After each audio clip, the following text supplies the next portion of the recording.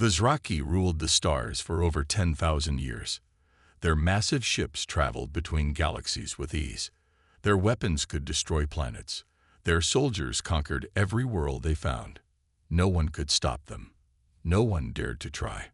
Admiral Ken stood on the bridge of his command ship, the Dominant Will. Through the viewing window, he watched as another planet joined the Imperium. Green beams of light connected his ship to the planet's surface. These beams transported Zraki soldiers down to claim another world. "How many species have we added to our collection this cycle?" Admiral Ken asked. His skin was pale blue with dark patterns that showed his high rank. Commander Vex checked her data screen. 7 new species, Admiral. This makes the 8th. Ken's nodded with satisfaction. The Zraki believed that the strong must rule the weak. It was the natural order of things. Every new planet they found proved this truth. Some species fought back. Others surrendered. In the end, they all served the Imperium. Their technology level? Ken asked. Early space age. They have visited their nearby moons, but not yet reached other planets in their system, Commander Vex replied. Ken's made a dismissive gesture with his 4-fingered hand. Typical. Add them to the labor pools. Their world has good mineral deposits we can use. This was routine for the Zraki. Find a world. Conquer its people. Take what was useful. Move on to the next star system. The Imperium stretched across 12 galaxies now. Millions of species lived and died under Zraki rule. On the other side of the command bridge, science officers all monitored space readings. Something unusual appeared on her screen. Admiral, I'm detecting strange energy patterns from Sector 87K, she reported. Ken's didn't even turn to look. Sector 87K was an empty region with only a few young star systems. The Zraki survey ships had marked it as having no advanced life.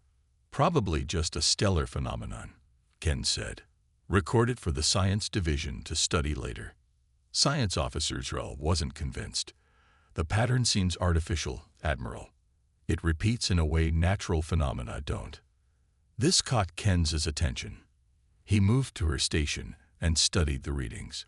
The energy pulses did seem organized, following a mathematical sequence that suggested intelligence. A new species, he wondered aloud. If so, they weren't there when we last surveyed the sector 50 years ago, Commander Vex said, joining them. No species develops that quickly. Ken's ordered a scout ship to investigate. The Zraki didn't fear new civilizations. They collected them, but they preferred to know what they were dealing with before making official contact. 3 days later, the scout ship returned with surprising news.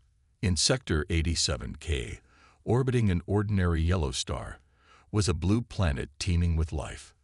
The dominant species called themselves humans. They had cities, nations, and technology that was advancing at an unprecedented rate. How did we miss them? Ken's demanded. The scout captain looked uncomfortable. They were primitive when we last checked this region, Admiral. They had barely invented basic flight. Now they have satellites, space stations, and settlements on their neighboring planets. Their development speed is unlike anything in our records. Ken studied the images of Earth. The blue world seemed unremarkable. The humans themselves looked fragile, soft-skinned bipeds with no natural armor or weapons. They would fall easily like all the others. Yet something about them made him uneasy. Their rapid advancement from primitive flight to space colonies in just 50 years violated all known patterns of species development. Monitor them, Ken's ordered. But keep your distance. I want more information before we decide how to handle them. The Zraki had conquered thousands of worlds and subjugated countless species. These humans would eventually join the others in the Imperium's vast collection. But for now, Ken's would watch and wait. Something about this species suggested caution. What the Zraki couldn't know was that humanity had already detected their scout ship. In a secure facility on Earth, scientists and military leaders gathered to discuss their first confirmation of alien life, and to prepare for whatever might come next. The lonely dominance of the Zraki Imperium was about to face its greatest challenge. Captain Lisa Bradley stood on the bridge of the Earth exploration vessel Horizon. The ship wasn't large, but it represented humanity's greatest achievement, their first true starship capable of traveling beyond the solar system. "All systems are stable, Captain," reported First Officer Joe Miller. "We're ready to send the transmission." Lisa nodded. Her heart beat faster. This moment would make history.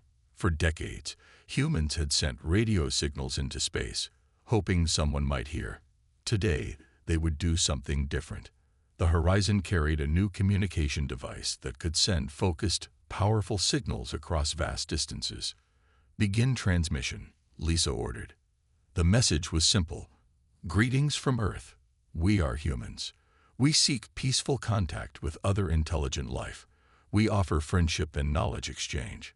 The message traveled through space, encoded in multiple formats that any advanced civilization should be able to understand. The crew of the Horizon didn't expect an immediate response. They planned to continue their mission exploring nearby star systems while hoping someone might eventually answer. No one expected what happened next. Just hours after sending the message, the Horizon's sensors detected an approaching ship. It was massive, at least 20 times larger than their vessel. Its design was unlike anything humans had imagined, with sweeping curved sections that seemed to defy physics. "Unknown vessel approaching," announced the sensor officer, her voice shaking slightly. It's huge, Captain." Lisa kept her composure, though fear gripped her chest. "Maintain position. Open all communication channels." The alien ship stopped at a distance that was neither threatening nor friendly. For several minutes, nothing happened. Then a signal came through on the very frequency the Horizon had used. The alien voice spoke in perfect English. "Human vessel, this is Commander Zex of the Zraki Imperium scout ship Vigilant Observer. Your transmission has been received. Explain your presence in Imperium territory." Lisa exchanged glances with her crew. No one had told humanity this region of space belonged to anyone. "Commander Zex," Lisa replied carefully, "we were unaware this area was claimed territory. We are explorers from Earth, seeking peaceful contact with other civilizations. We apologize for any intrusion." There was a long pause before the alien responded. "Your apology is noted. The Zraki Imperium controls 12 galaxies, including this one. All species within our reach answer to the Imperium." The implications of this statement weren't lost on anyone on the bridge. 12 galaxies meant a civilization of unimaginable power and reach. "We would welcome learning more about the Zraki Imperium," Lisa said diplomatically. "Perhaps we could arrange a meeting to discuss potential relations between our peoples." Another long pause followed. The Zraki seemed surprised by this response. "Your request is unusual," Commander Zex finally replied. "Most species show appropriate fear when they learn of the Imperium." Lisa made a decision that would change human history. "We prefer to approach new situations with curiosity rather than fear, Commander. We believe understanding leads to better outcomes than misunderstanding." On the Zraki vessel, Commander Zex was reporting this strange encounter to his superiors. These humans responded differently from any species the Zraki had encountered before. Instead of begging for mercy or attempting to flee, they proposed talks. It was both irritating and intriguing. Admiral Kens received the report with growing interest. "Accept their meeting proposal," he instructed Commander Zex. "But first, show them what happens to those who displease the Imperium. Target their outpost on the large moon of their 6th planet." The Zraki believed a demonstration of power was necessary before any talks. It was their way. Establish dominance first, then dictate terms. What they didn't understand was that humans had been fighting among themselves for thousands of years. They had learned hard lessons about war, peace, and diplomacy. And the outpost on Europa, Jupiter's moon, wasn't the defenseless science station the Zraki had assumed it to be. As a small Zraki attack force departed for Jupiter, humanity prepared for its first interstellar conflict. Neither side yet understood how this encounter would forever change the universe. Colonel Frank Martinez stood in the control center of Europa base, looking at the alarm flashing on the main screen. The base was built underneath the icy surface of Jupiter's moon. Most people thought it was just a research station. Few knew its true purpose. "Report," he ordered calmly. "Sir, we've detected 5 alien vessels approaching Jupiter. They're moving fast and on a direct course for Europa," Lieutenant Kelly Wilson said. Frank wasn't surprised. When Captain Bradley had contacted Earth about meeting the Zraki, military leaders suspected the aliens might not come peacefully. Humanity had prepared for this possibility for years. "Activate shield protocol," Frank ordered, "and wake up the Guardians." Deep beneath Europa's ice, massive machines hummed to life. A protective energy field expanded outward, covering the entire moon base. Meanwhile, in a hidden hangar, 12 special spacecraft powered up. These were the Guardians, vessels built using technology the humans had developed in secret. The Zraki attack force arrived with complete confidence. Their ships entered Jupiter's orbit and targeted the human base on Europa. "These primitives have a small outpost here," said Captain Vrax of the Zraki strike team. "Destroy it completely. Admiral Kens wants them to understand Zraki power." The Zraki ships fired their energy weapons. Green beams of destructive force shot toward Europa's surface, but something unexpected happened. The beams hit an invisible barrier and scattered harmlessly into space. Captain Vrax stared at his sensor readings in disbelief. Impossible. Their technology cannot be this advanced. He ordered a second attack with maximum power. Again, the energy weapons failed to penetrate the shield protecting Europa base. Inside the control center, Frank Martinez watched the attack on his screens. "They're testing our defenses," he said. "Time to show them we're not defenseless." Launch Guardians. 12 small spacecraft rose from hidden launch bays on Europa's surface. They were only a fraction of the size of the Zraki warships, but they moved with incredible speed and agility. "What are those?" Captain Vrax demanded as his sensors detected the approaching human vessels. The Guardians swarmed around the Zraki ships. They didn't fire weapons. Instead, they released clouds of tiny machines, nanobots programmed to target specific systems. These microscopic robots attached to the hulls of 3 Zraki ships and began disabling their weapon systems. On the lead Zraki vessel, alarms blared as systems began to fail. "Our weapons are offline," shouted a Zraki officer. "Engineering reports something is eating through our control circuits." Captain Vrax had never seen anything like this. The Zraki conquered through overwhelming force. No species had ever disabled their weapons without firing a shot. "Retreat," Vrax ordered. "We need to report this to Admiral Kens." As the Zraki ships turned to flee, the Guardians followed but did not attack further. 2 Zraki vessels escaped at maximum speed. The other 3 drifted powerless in space. Frank Martinez gave his next order. "Capture the disabled ships. Prepare boarding teams. Remember, we want prisoners, not casualties." Teams of human soldiers in special spacesuits boarded the crippled Zraki ships. The alien crew, confused and frightened by their failing technology, offered little resistance. For the first time in Zraki history, Imperial soldiers were taken prisoner rather than fighting to the death. Hours later, Admiral Kens received the shocking news. Half his attack force captured, the rest retreated. All without the humans firing a single destructive shot. "Impossible," Kens whispered. He had conquered 1,000 worlds and never faced such a defeat. The Admiral made an immediate decision. He would go to this human system himself.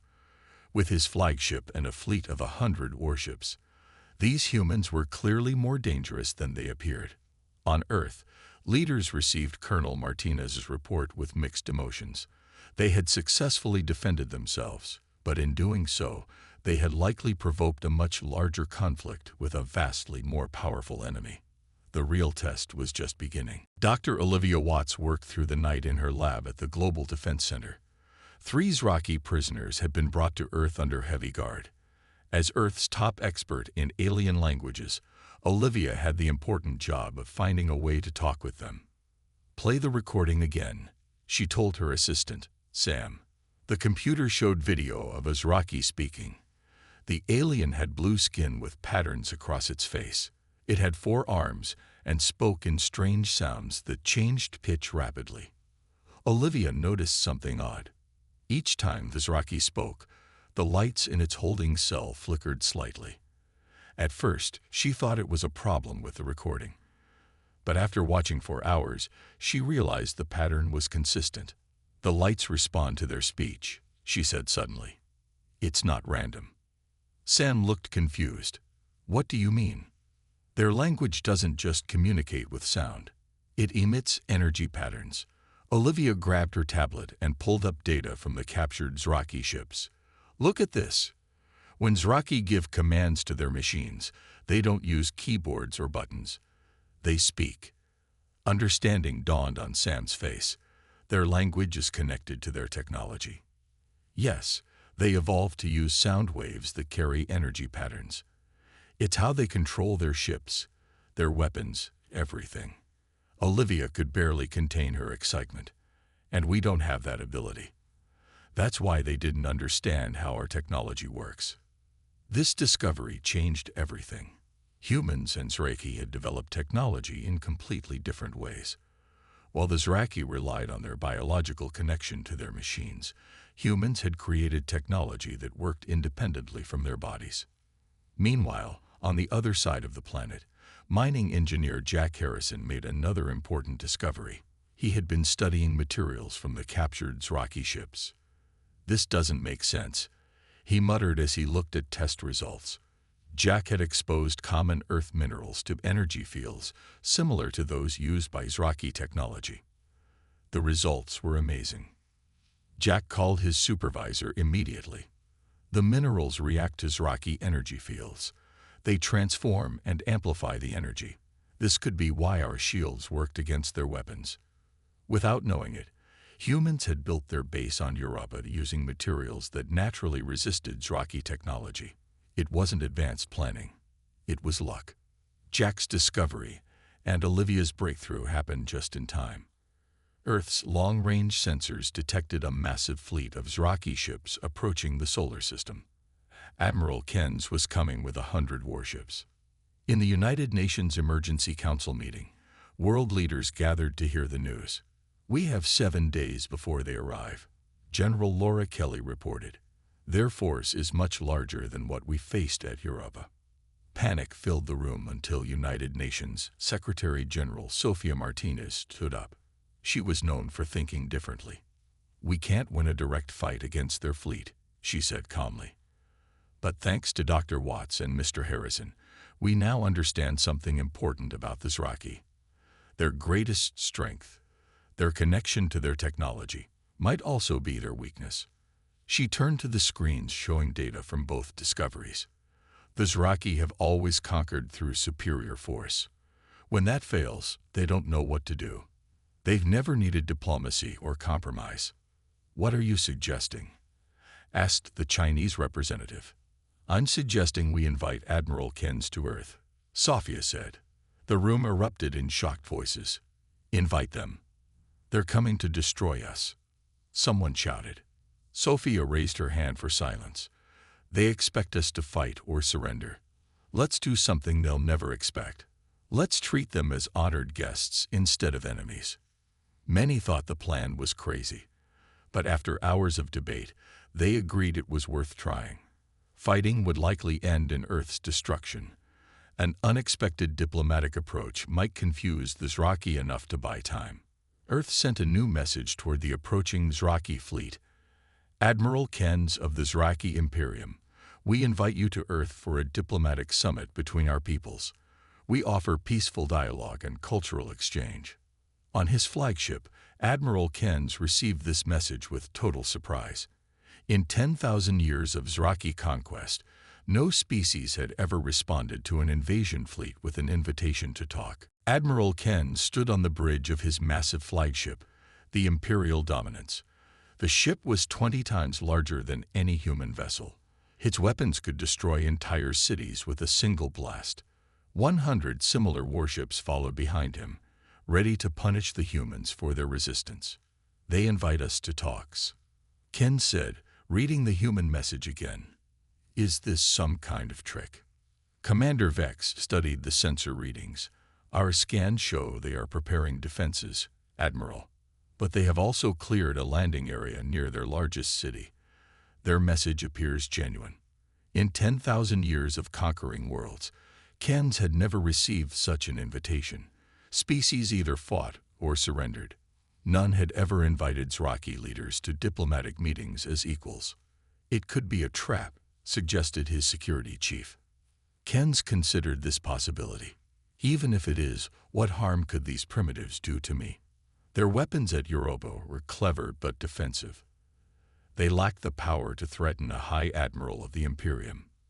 After much discussion, Kens made his decision. He would accept the invitation, but not alone. He would bring 20 of his best warriors and keep his fleet in orbit, ready to destroy Earth at the first sign of trouble. On Earth, preparations moved quickly. The United Nations building in New York was transformed for the historic meeting. Representatives from every nation on Earth would attend. Security was tight, but not aggressive. Secretary General Sofia Martinez wanted the Zraki to feel respected, not threatened. Are we really going through with this? Asked General Kelly. We're inviting the leader of an invasion fleet into our headquarters. Sofia nodded firmly. The Zraki understand only power and conquest. We need to show them something new. Something they've never seen before. The day of arrival came. Admiral Kens's shuttle descended through Earth's atmosphere, escorted by fighter jets that kept a polite distance. The Zraki ship landed in Central Park, which had been cleared for the occasion. Thousands of people watched from behind barriers as the alien ship's door opened. Admiral Ken stepped out, blinking in the sunlight. He was taller than a human by nearly 2 feet, with blue skin marked with elaborate patterns. His 4 arms were adorned with symbols of his many victories. 20 Zraki warriors followed him, all carrying weapons. Secretary General Martinez approached alone. She wore formal clothes but carried no weapon. Admiral Kens, welcome to Earth, she said with a small bow. I am Secretary General Sofia Martinez, representing the United Nations of our world. Kens did not bow in return. I have come as you requested, human, but know that my fleet remains ready to reduce your cities to ash. Sofia smiled calmly. We understand. Please, follow me. What happened next confused the Zraki completely. Instead of being taken to a military facility or government bunker, they were led through a series of cultural displays. Each nation of Earth had set up an exhibit showing their history, art, music, and scientific achievements. Children presented flowers to the startled Zraki warriors. Musicians played traditional songs from around the world. Scientists demonstrated human technology, openly sharing their knowledge. What is the meaning of this? Kens asked, bewildered by the welcome. This is humanity, Admiral, Sofia explained. We are not one people but many, united in our diversity. We have spent thousands of years fighting among ourselves before learning that cooperation brings greater strength than conquest. As they walked through the exhibits, Kens noticed something strange. The humans showed no fear. Even their children looked at the Zraki with curiosity rather than terror.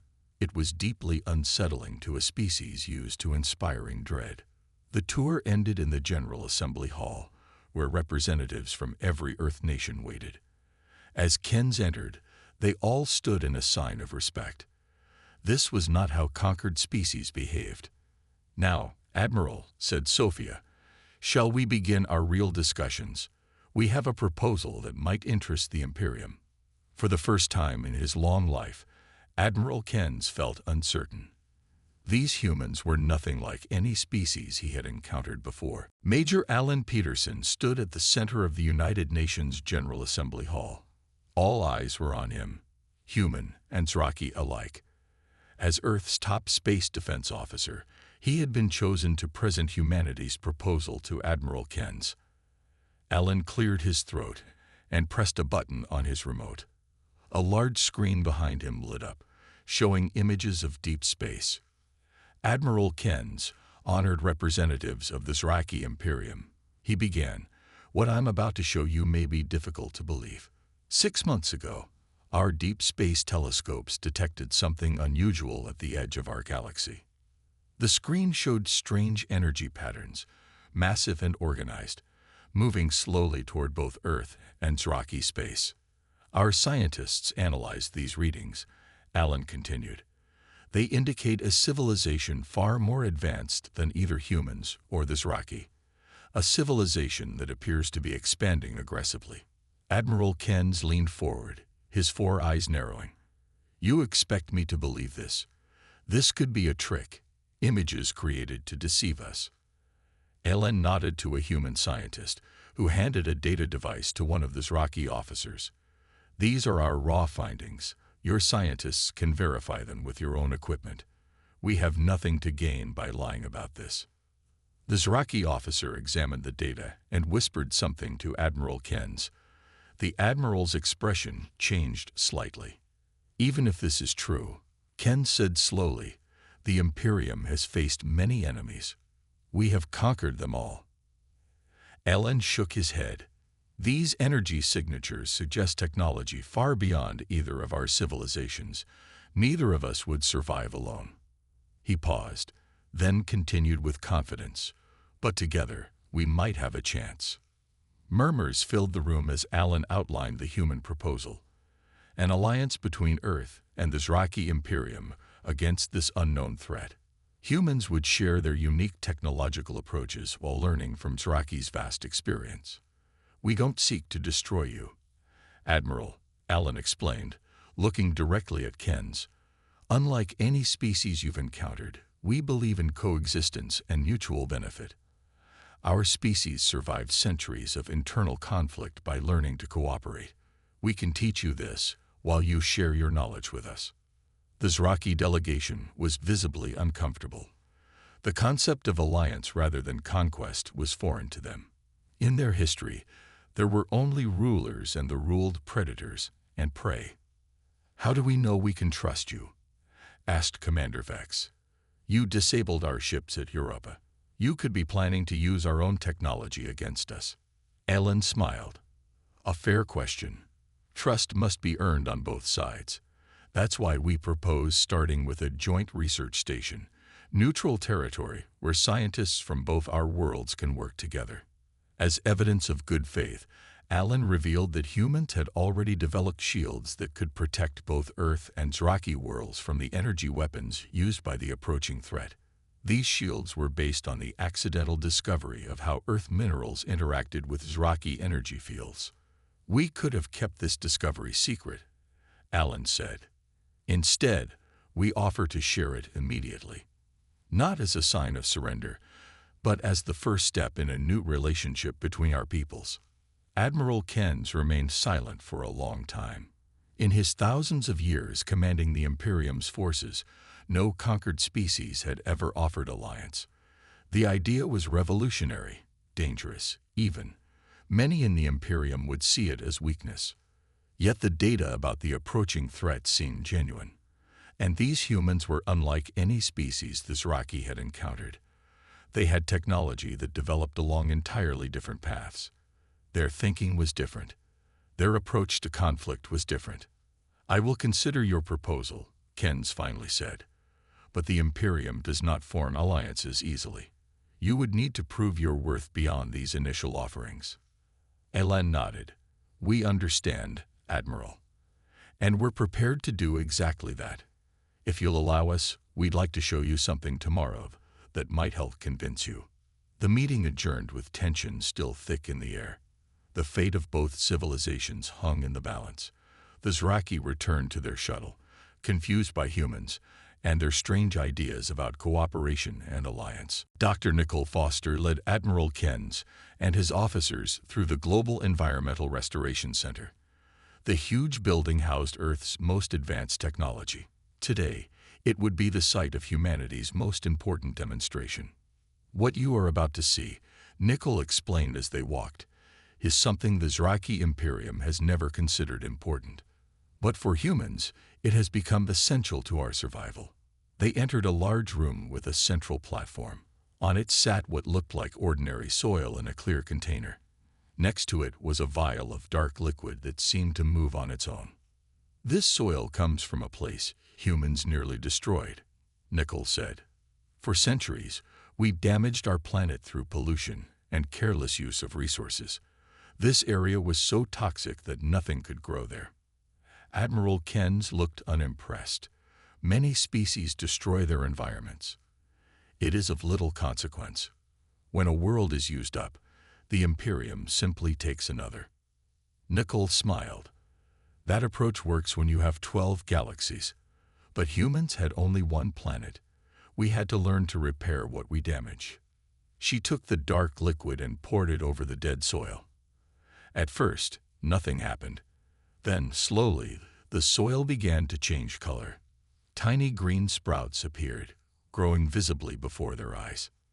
"These are special organisms we developed," Nickel explained. "They clean toxins from soil and water. They restore life to dead places. In just 5 years, we have repaired half of Earth's damaged ecosystems." The Zraki scientists moved closer, clearly interested despite themselves. One scanned the soil with a small device. "The molecular transformation is remarkable," the scientist admitted. "What practical purpose does this serve in warfare?"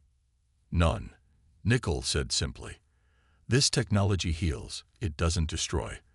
But it allows us to use the same worlds indefinitely rather than needing new conquests." Next, they moved to another section of the facility where human engineers demonstrated energy systems unlike anything the Zraki had developed. While Zraki technology focused on consuming massive amounts of power, human systems emphasized efficiency and sustainability. "Our early technology was wasteful," explained engineer Ben Williams, "but limited resources forced us to innovate. Our newest energy systems produce 10 times more power using 1/10 the fuel of our previous generation." The Zraki engineers studied the designs with growing interest. Their empire had never needed to conserve energy or resources. They simply took what they needed from conquered worlds. Yet these efficient systems would be valuable on long space journeys or distant outposts. The final demonstration came from the Artificial Intelligence Development Center. Here, Admiral Ken saw something truly foreign to Zraki thinking. "The Imperium uses AI as tools and servants," explained Dr. Carlos Rivera. "You build highly specialized systems that follow orders without question." "Of course," Kens replied. "That is their purpose." Carlos gestured to a human working alongside what appeared to be a holographic figure. "Humans took a different approach. We developed AI as partners. They think differently than we do, offering perspectives we might miss. Together, we solve problems neither could solve alone." To demonstrate, Carlos presented a complex space navigation problem that had stumped Zraki scientists for generations. The human A-team solved it in minutes using an approach the Zraki had never considered. "Impossible," whispered a Zraki scientist. Throughout the day, the Zraki saw one demonstration after another of human approaches they had never imagined. Not because humans were more advanced. In many ways, Zraki technology was superior, but because humans thought differently. By evening, Admiral Kens was quiet and thoughtful. The humans had shown him not superior weapons or defenses, but alternative ways of existence. Ways that might help the Imperium face the mysterious threat approaching from deep space. "Your demonstrations are interesting," Kens finally admitted as the day ended. "They give me much to consider."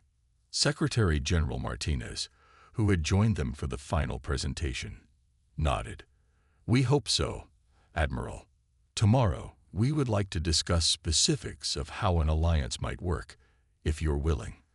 For the first time since arriving on Earth, Admiral Kens gave a gesture that resembled respect. "I will listen to your proposal." Word spread quickly through the Zraki Imperium.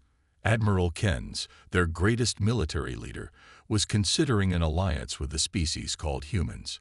Many Zraki commanders were angry and confused. This went against everything they believed. "The Admiral has been tricked," said Fleet Commander Jax to his officers. These humans must be destroyed before their strange ideas spread.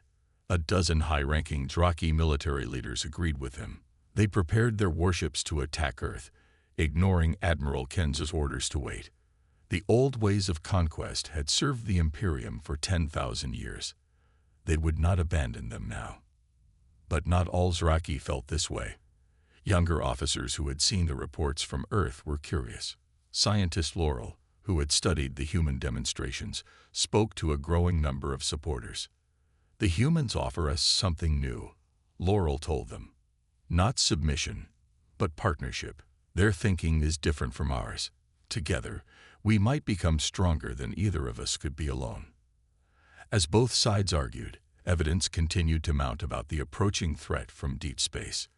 The unknown civilization was moving faster now, consuming star systems at the edges of both human and Zraki territory. Admiral Kenz faced the most difficult decision of his long life: continue the Zraki way of conquest, or try something new with these strange humans.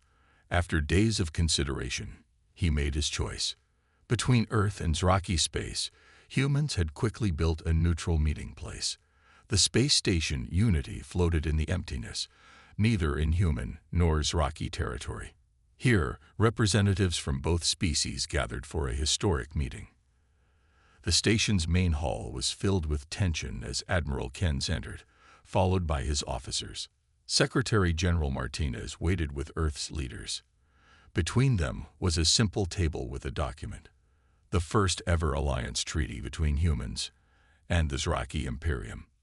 "Before we proceed," Kenz announced, "you should know that some in the Imperium refuse to accept this alliance.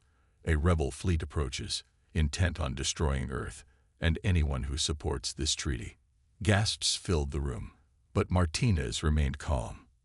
"We knew this might happen, Admiral. Change is never easy. The question is, where do you stand?" Kenz straightened to his full height.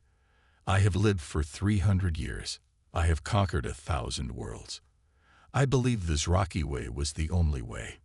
He paused, looking around the room. "I was wrong." With those 3 simple words, Kenz broke 10,000 years of Zraki tradition. He stepped forward and placed his hand on the treaty. "The Imperium must evolve or die. These humans have shown us there are other paths to strength besides conquest. Together, we will face the coming threat and any who stand against our alliance." Martine signed next, her human hand small beside the Admiral's blue 4-fingered mark. As they completed the ceremony, alarms blared throughout the station. "12 Zraki warships approaching," reported a human officer. "They're charging weapons." The rebels had arrived, determined to destroy the alliance before it could begin. Everyone expected Admiral Kenz to return to his fleet to fight. Instead, he did something no Zraki had ever done. "Open a channel to all ships, human and Zraki," he ordered. On screens throughout both fleets, Admiral Kenz appeared standing shoulder to shoulder with Secretary General Martinez. "Attention all vessels," Kenz announced. "As of this moment, humans and Zraki are allies. Any attack on one is an attack on both. I call on all loyal Imperium forces to defend our new partners." For tense minutes, nothing happened. Then, one by one, most of the rebel ships powered down their weapons. Only 3 continued their attack, and they were quickly surrounded by both human and loyal Zraki vessels. The alliance had faced its first test and survived. Across thousands of worlds that had lived under Zraki rule, news of the treaty spread. Species that had known only oppression watched in amazement as the mighty Zraki Imperium changed before their eyes. "We thought we dominated the universe," Admiral Kenz said in his address to both civilizations, "until humanity called and showed us what true strength is, not the power to destroy, but the wisdom to build together." As human and Zraki scientists began working side by side, preparing for the greater threat that approached, a new era dawned for the universe, an era where cooperation might finally replace conquest.